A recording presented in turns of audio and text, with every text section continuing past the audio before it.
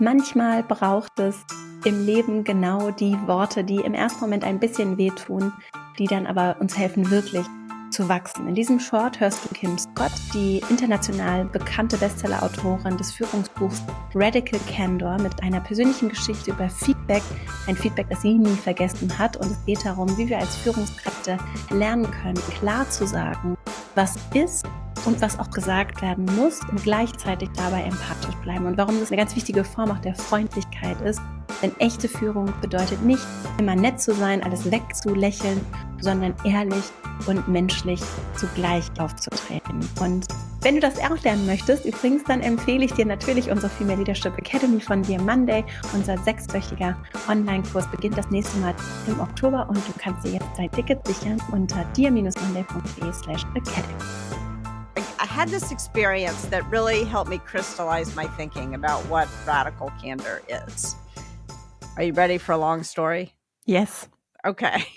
So I had to give a presentation to the founders and the CEO, and I walked into the room, and there in one corner of the room was one of the founders on an elliptical trainer, sort of stepping away, wearing toe shoes in a bright blue spandex unitard, super tight. Not what I was expecting or frankly wanting to see in the room. And there in the other corner of the room was the CEO doing his emails, like his brain had been plugged into the machine. And probably like you in such a situation, I felt a little bit nervous. How was I supposed to get these people's attention? Luckily for me, the AdSense business was on fire. And when I said how many new customers we had added over the last couple of months, the CEO almost fell off his chair. What did you say? This is incredible. Do you need more marketing dollars? Do you need more engineering resources? So I'm thinking the meeting's going all right.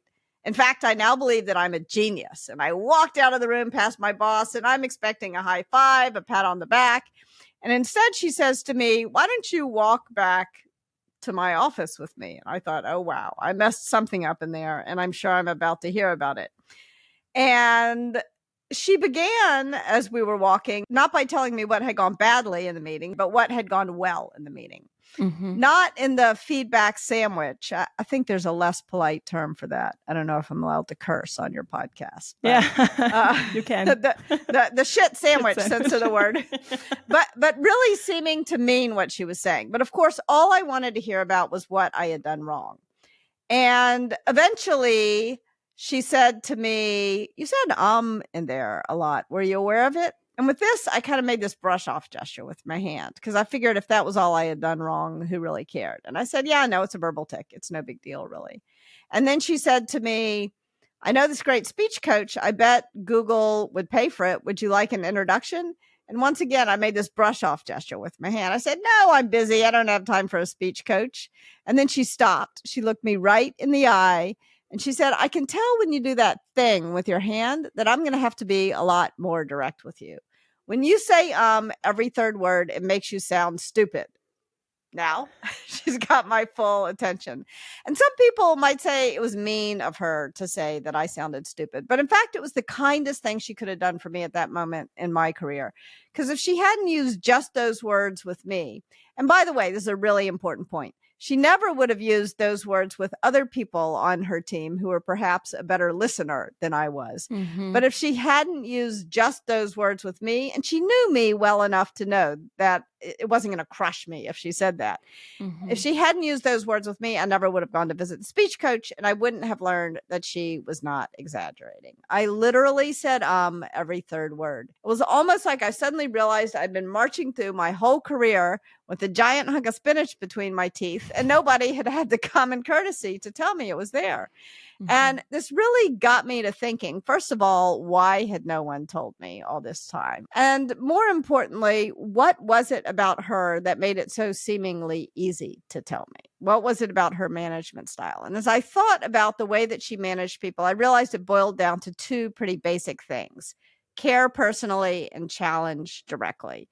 That is what radical candor is all about, caring and challenging at the same time. And I knew she cared because she would do things like, shortly after I joined Google, my father was diagnosed with late stage cancer, and I was devastated. And she could tell that I was devastated.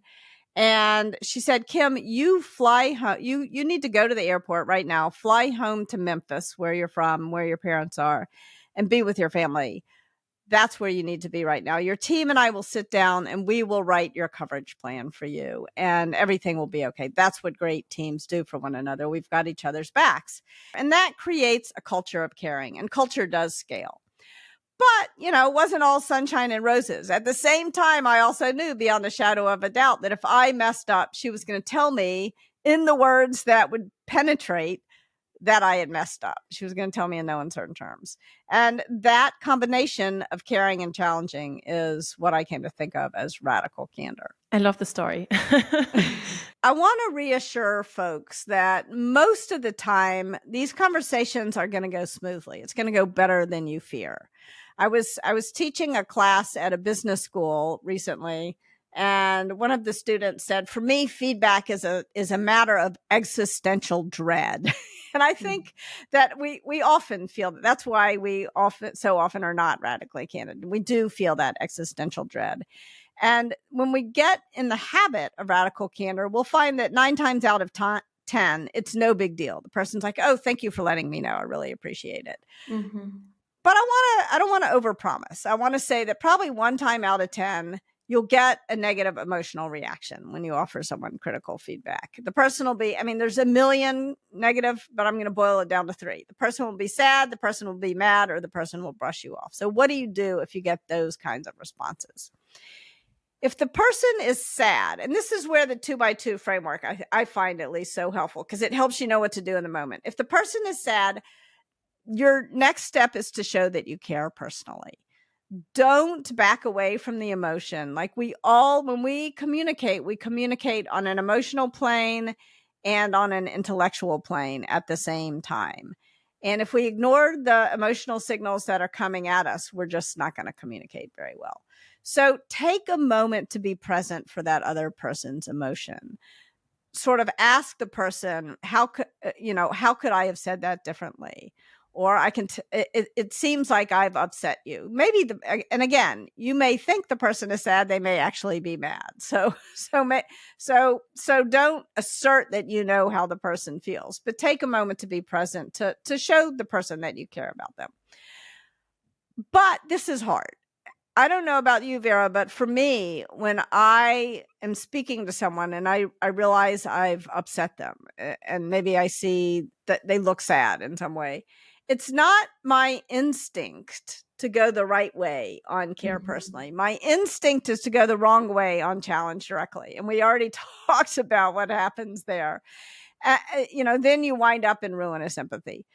So don't do that. Don't back off your challenge, but do take a moment to be with that person and to show that person that you care about them. So that's what to do if they're sad. What do you do if the person is mad, if they start yelling at you? This is really hard, because I don't know about you, but for me, when someone's yelling at me, it's my instinct to start yelling back. And then I wind up in obnoxious aggression. Or if I'm worried that the person has some power over me, I might creep away to a self-protective, manipulative insincerity. And it's not even fair to call it manipulative insincerity. It's now self-protective insincerity. But neither one of those are the ideal response. In an ideal world, when someone's yelling at me, instead of yelling back or just shutting down, I will pause and show the person that I care. And that's hard, though. What do you do? Someone's yelling at you. It's very hard not to yell back. I think what I try to do in that moment is to get curious, not furious. Try to understand, why is this person so mad? Let's assume that your intentions are good. You're trying to give this person a gift, and now they're either crying or yelling at you. I statements are very helpful in this moment. I don't think I said that quite the right way. How could I have said that better?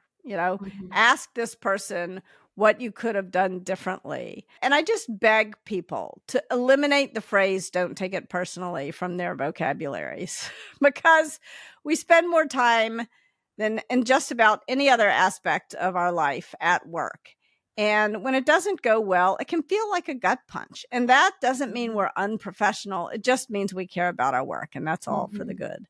So really try to just be present with those emotions. Now, those emotions actually are the things that happen less often. What will happen more often once you offer someone some radical candor, again, mostly they'll say thank you. They'll get it. They'll say thank you. It'll help you improve your relationship. But sometimes people will do to you what I did to my boss, and you've worked up your courage to say the thing, and then they just brush you off. Oh, it's no big deal, or they'll get defensive. And this is your cue to move out further on the challenge directly dimension. And that is pretty hard. If we go back to that story, my boss didn't start out by saying, when you say every third word, it makes you sound. She started off by saying, first of all, by telling me what I had done well, by giving me praise. And then by saying, you said a lot in there. Were you aware of it? And then I brushed her off. And then she offered the speech coach, and I brushed her off. And then she said the thing that finally got through to me. So you got to keep going out on that challenge directly dimension until you've gotten through to that person, or you feel like it's really wrong to go any further. And then you've got to take some other action. So I hope that helps people sort of figure out what to do, how to gauge what they're saying is landing, and adjust for the other person. Because radical candor gets measured not in the speaker's mouth, but at the listener's ear.